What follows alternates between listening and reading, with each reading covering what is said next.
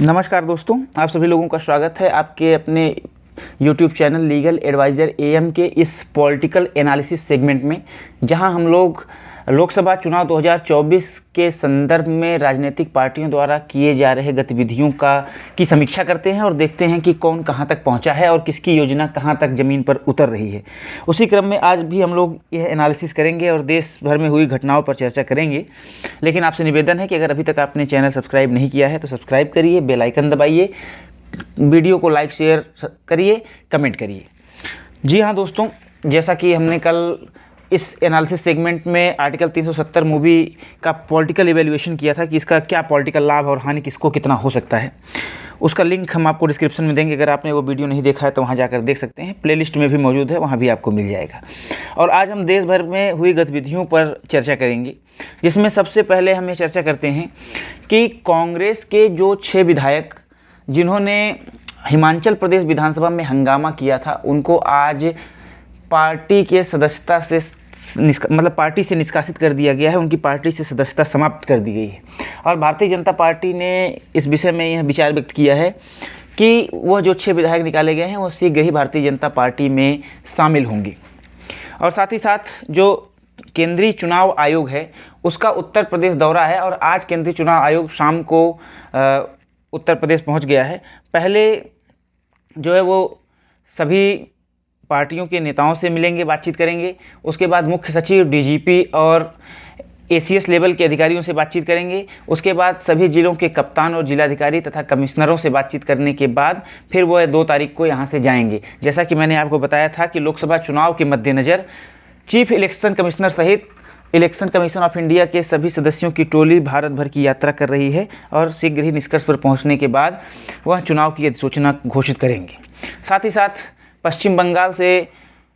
एक राजनीतिक हलचल हुई है कि कोलकाता उच्च न्यायालय या पश्चिम बंगाल उच्च न्यायालय के आदेश के बाद या इंटरफेयर के बाद, उनके यह कहने के बाद कि केंद्रीय जांच एजेंसियां या बंगाल पुलिस अतिशीघ्र शहाबुद्दीन शेख को गिरफ्तार करे, यह कहने के बाद बंगाल पुलिस ने आज संदेश खली में जो दुर्घटना हुई थी महिलाओं के साथ, जिसका विरोध प्रदर्शन हुआ था, उसका जो मुख्य साजिश करता है, मुख्य आरोपी है शहाबुद्दीन शेख, जिसके बारे में यह कहा जाता है कि वह बंगाल से माइग्रेट होकर के यहाँ आया था और फिर 2 नंबर के काले कारनामे करते हुए, तमाम अवैध गतिविधियों को संचालित करते हुए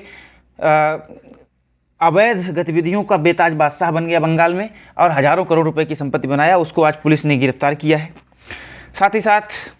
असदुद्दीन ओवैसी की पार्टी AIMIM ने उत्तर प्रदेश में लोकसभा चुनाव लड़ने की घोषणा कर दी है और उन्होंने पश्चिमी उत्तर प्रदेश की 7 सीटों पर लोकसभा चुनाव लड़ने की बात कही है, जिसमें संभल, अलीगढ़, मुरादाबाद, अमरोहा,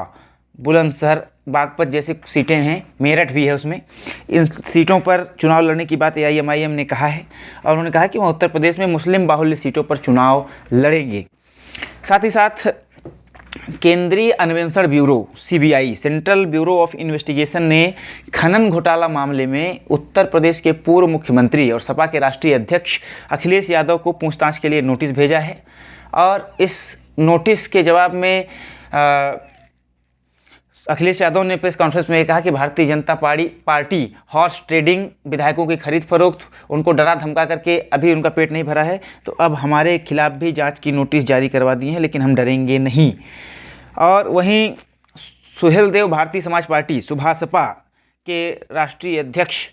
ओम प्रकाश राजभर ने अखिलेश यादव की चुटकी लेते हुए यह कहा कि